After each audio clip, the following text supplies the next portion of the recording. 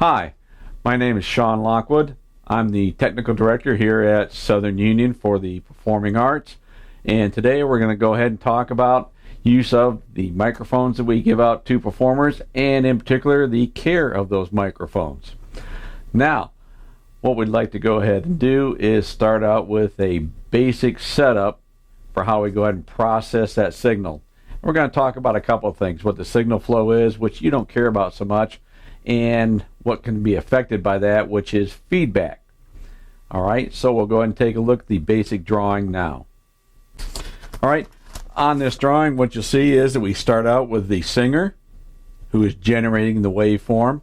They're using a microphone, which just about in every case for us is going to be a wireless microphone. The drawing shows a handheld microphone. That microphone goes ahead and it's a transmitter. Very basically a transmitter that converts analog sound waves into radio waves. That is picked up by a wireless receiver, which takes that signal and takes a radio wave and converts it into an analog electrical signal. Analog is just the opposite of digital. And that goes through a process going through our equipment, where it goes through a stage rack, which you see off of stage right when you're performing. That is fed up through a single digital cable that is capable of handling 48 input channels and up to 38 output channels, all in one simple cable. And then from that front of house or FOH rack, it goes to the mixer console, which is simply a control interface.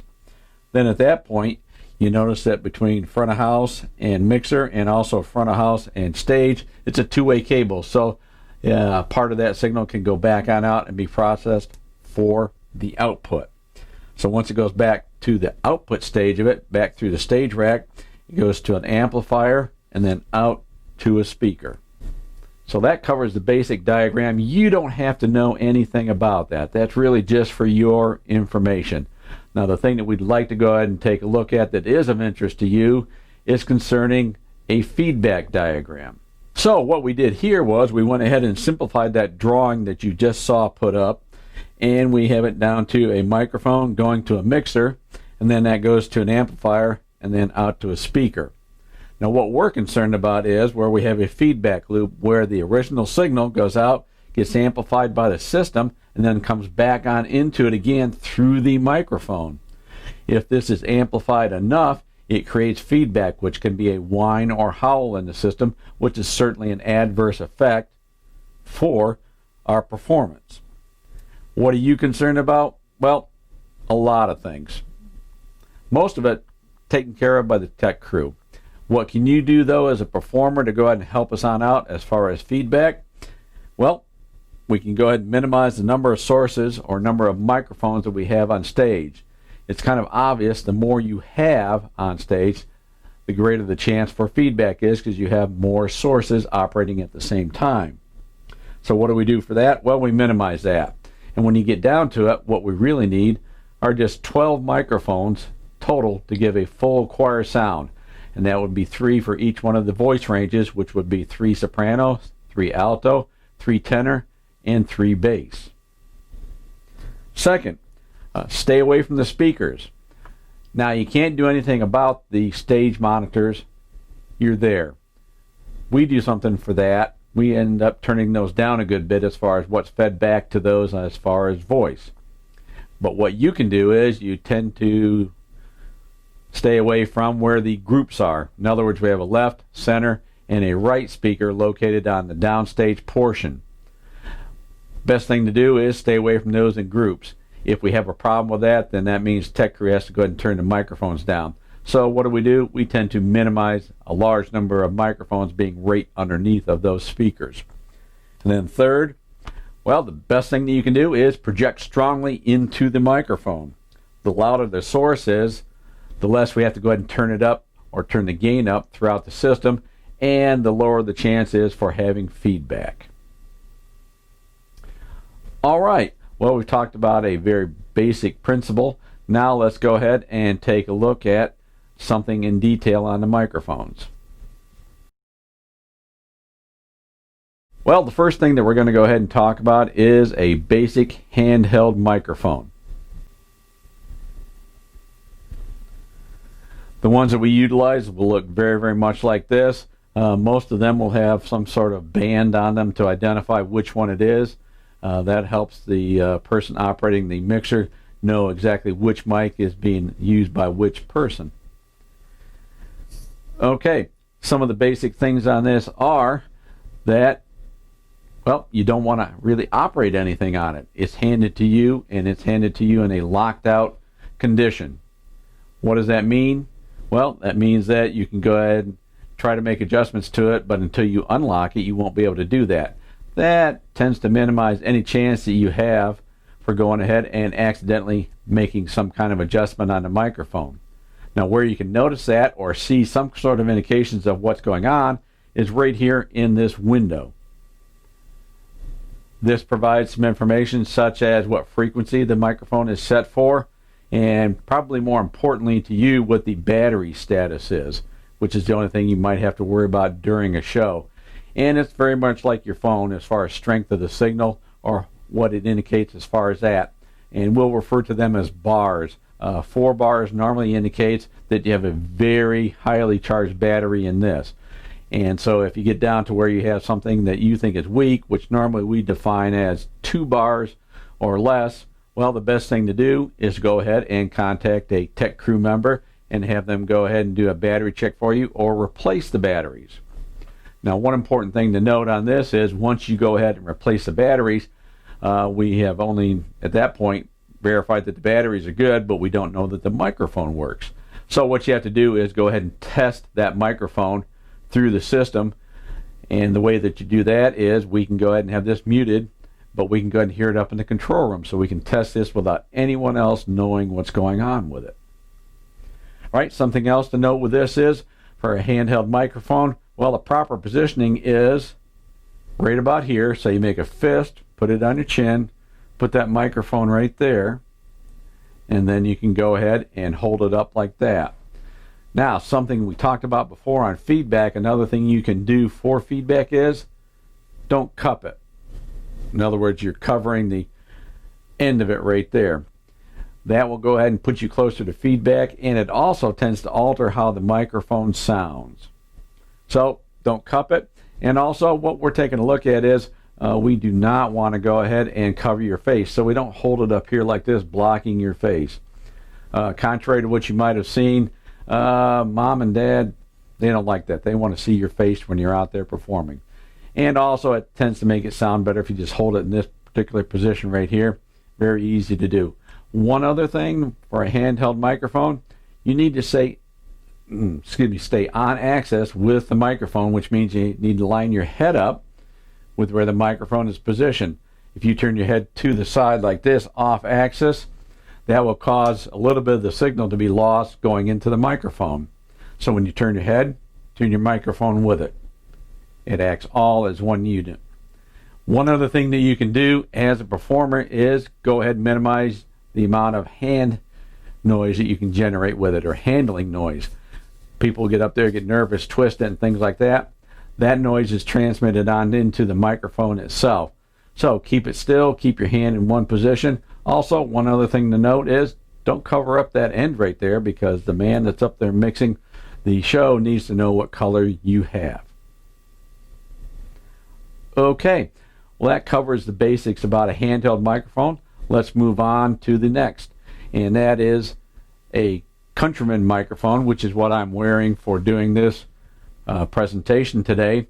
And the first one that we'll go ahead and talk about it will be the short boom. All right, the big contrast between the short boom and the long boom is, and the long boom is what you see a lot of church pastors use for their sermons and things like that, where it comes on down all the way on down to just about their mouth. Now the short boom only comes down just a very little bit over here on the ear and makes it a little bit easier to conceal and helps to stay out of the way. Picks up relatively well, not too bad. One of the differences between this and the long boom is that you have to go ahead and tape the long boom on into position to make sure it stays where you want it to. In this case, the proper positioning means going behind the ear, running the cable down your neck, trying to hide it as best you can, and then having the boom itself, or the microphone part, pointing toward the corner of your mouth. The rest of it is pretty much the same as we use for any other mic that we have. These are plugged on into a belt pack that resembles this right here. We do have some different generational models of the belt packs, but they all basically operate the same way, and you're looking for the same kind of indications that you got on the handheld microphones. Of particular concern to you is that you go ahead and take a look at what your battery status is right here. Unlike the handheld microphone, you've got to make sure that you are plugged on in. Now when you plug that on in, it has to go ahead and click at this point right here. It has to be a nice little solid click right there. The one difference would be with the most recent belt packs that we have. Audio-Technica, the company that we have a lot of our gear through, went ahead and changed how they attach that. And now it's a screw in, and then we have an adapter that looks just like this right here, and that screws on in to the base right there, and then it will go ahead and plug on into our headphones, our head-worn set, or our wireless microphone, just like all the other ones would.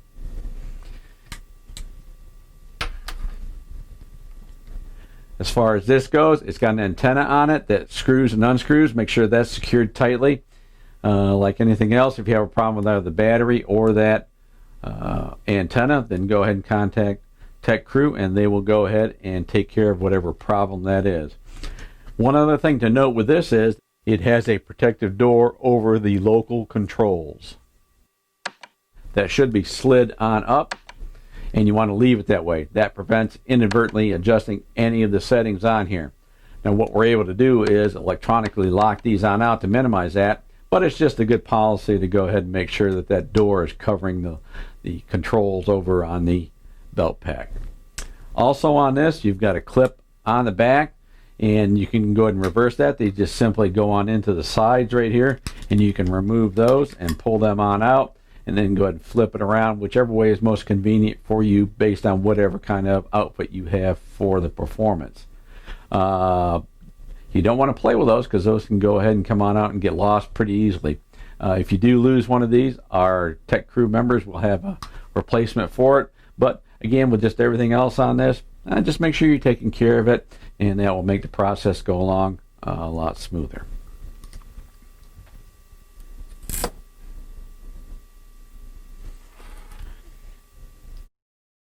As I mentioned before, we are looking at the short boom microphone right here. The next one that we're going to go ahead and take a look at will be the long boom. And as you can see, this one has a considerably longer boom or extension onto it compared to the short boom. Proper positioning of this is much in the same way that we have for the short boom, only extends on out. And so what we're looking for on this is go ahead and having this to where it's coming down to exactly on the corner of the mouth. It wraps around the ear just like the short boom does, and this one can go ahead and be molded and bent around to the contours of whatever your cheek is. And so what we're shooting for on this is, again, coming right here and going for the corner of the mouth.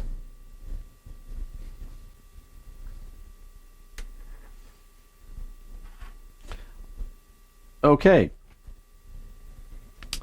The next microphone that we'll go ahead and take a look at will be the standard head-worn. We've had these pretty much the whole time that I've been here, and we go ahead and utilize these as opposed to the other microphones simply for cost. These cost about 1/3 of what the other two do, and as you can see from this, just looking at it, you can see it's much more rugged unit. It also has a bigger microphone element, which goes ahead and adds to the quality of the sound. Probably won't notice an awful lot of difference between the two, but again, this with a bigger microphone element and a more rugged design makes it much better for us to go ahead and use, and a much more cost-effective way of using it. The other microphones that we showed, the short boom, the long boom, can be utilized for special situations, but again, this is the best low-cost option that we have, and by far the most rugged that we have. As far as this, your proper positioning is going to go ahead and be just out here, really slightly below your mouth, right on your chin, not pointing out. We don't want to have it extended on out to where it's too far away from the mouth. want it right in here. And again, 2 or 3 fingers or so, and somewhere more down towards your chin. The problems that we can have with these in particular are that we have plosives, and those would be the S's, T's, P's, those kind of things that when you go ahead and say them into a microphone sound a little bit like percussion. Pa, ta, those kind of sounds right there. We're trying to avoid those as that interferes with our overall sound. And again, so what we're doing is putting it down here just a little bit right above the chin. We don't want it up too high because you get noise from your mouth breathing on into it, and or the nose. And again, those produce plosives or unwanted noise, something that we don't want to hear during a performance. Okay. Next, we'll go ahead and take a look at an adapter. If we need to go ahead and utilize an instrument, most likely a guitar or a keyboard, we can go ahead and take the standard battery pack, and then we'll take something that resembles a short, very short in this case, guitar cable with a 1/4 inch plug-in that will go on, plug on into the guitar or the keyboard. The other end of it is very similar to what we already have been using, and we simply put it onto the belt pack. It clicks on into place, and then we plug this on into whatever instrument that we are going to go ahead and use. One thing we do have to do on this, it operates the same as it is for the microphone, but we have to change the settings in here so that it will line up with having an instrument, because the input to it is a good bit higher in level. And so we change it over from being a microphone type of belt pack to an instrument belt pack. Again, most commonly we'll see this used for a guitar. All right.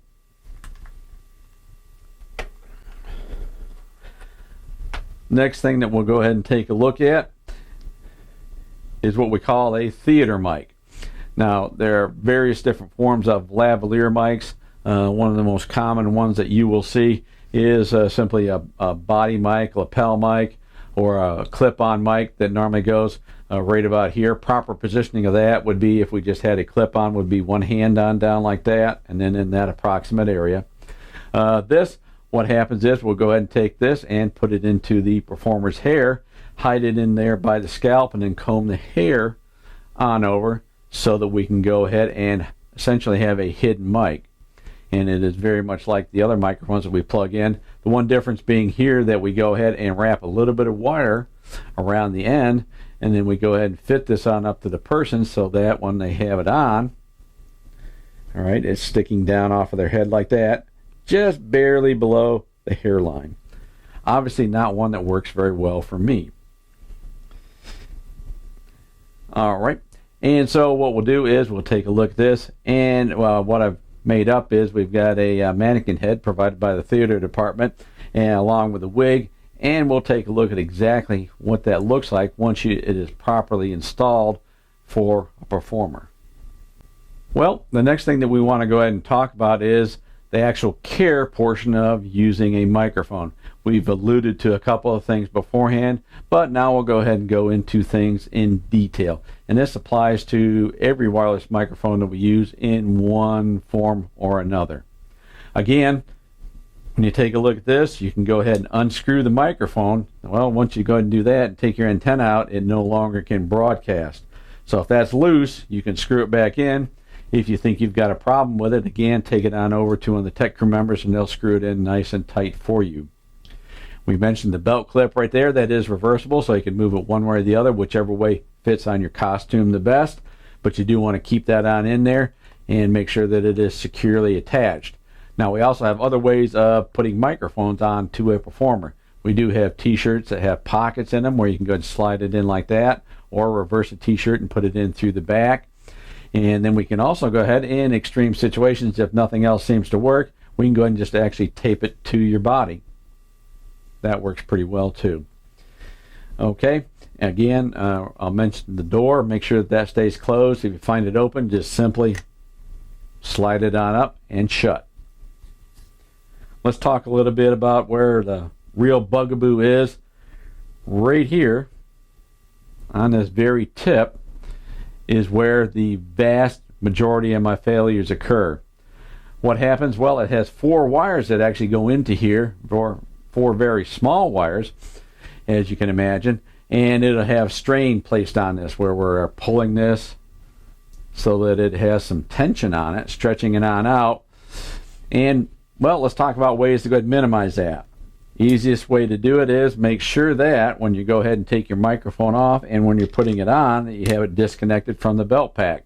So before you go ahead and take your microphone off, once the performance is done, simply unplug it and then pull it on out from wherever it is. Never, ever should you go ahead and leave this plugged in and be pulling on it with the weight of the belt pack as it is attached to it.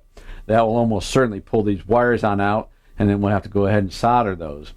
Now the bad thing is that most of the time the way we find out that this is bad is when we hear a popping or crackling sound on stage and have no way to go ahead and fix the microphone. Our only resolution of that is, well, that's causing unwanted noise. We have to go ahead and mute that microphone so your microphone is no longer part of the show. So make sure you go ahead and keep away from putting any kind of stress on this, whether it's while you're wearing it or while you're going ahead and taking it off or putting it on. Also, if you happen to go ahead and drop it, hey, accidents happen. All right, we understand that. What's our concern? Well, we want to make sure the microphone is still working. So if you do that, immediately take it on over to a tech crew member and he'll examine the microphone and see if it's still working, and then we'll go ahead and test the microphone. As we mentioned before, we can go ahead and test these without it going over the system to the audience. And so our main concern there is, hey, we just want to make sure the thing is working. Also, when you go ahead and get ready and you're done with the show and you get ready to go ahead and turn this on in, what we'll see is a lot of folks are helping us out by going and wrapping this up, and they'll do it so tightly that it actually puts some stress on that cable right there. Well, we've got 1-gallon bags that we go ahead and put these on in, and we just go ahead and take them loose and put them in the bag. That keeps the cable from getting tangled up, protects the microphone, and then minimizes any chance of putting strain on that connector at the end of the cable. So just take care of your microphones when you do that. If you're not really sure about it, well, take it on over to the tech crew member, put it in the bag, and then they'll go ahead and put it away. All right, well, we've covered an awful lot of territory, and we're going to wrap it up with one more thing. I'm on stage. I've got a feature or a solo part coming up. I can't get off stage, and my mic is bad. I know that it's been turned off, or I've got a problem with it. What do? There's no way to go ahead and sing above the music, and there's no way to go ahead and put another belt pack on me in time. Well, it's pretty easy. We've prepared ourselves for this situation. All you have to do is go ahead off to the stage, normally stage right, and my person over there, my tech crew rep, will go ahead and give you a handheld microphone. As soon as you step back on stage, we'll turn that microphone on and you'll be in good shape. So it's very easy. My mic doesn't work, go over to stage right, grab one of the handhelds that we have in reserve specifically for this situation, and you should be good to go. All right, well, hey, that covers it as far as care and use of the microphones. If you have any questions, any concerns about anything that I didn't cover, or you didn't quite understand something that I said, feel free to go ahead and contact any tech crew member or myself, and I'll be more than happy to go ahead and take care of your concerns.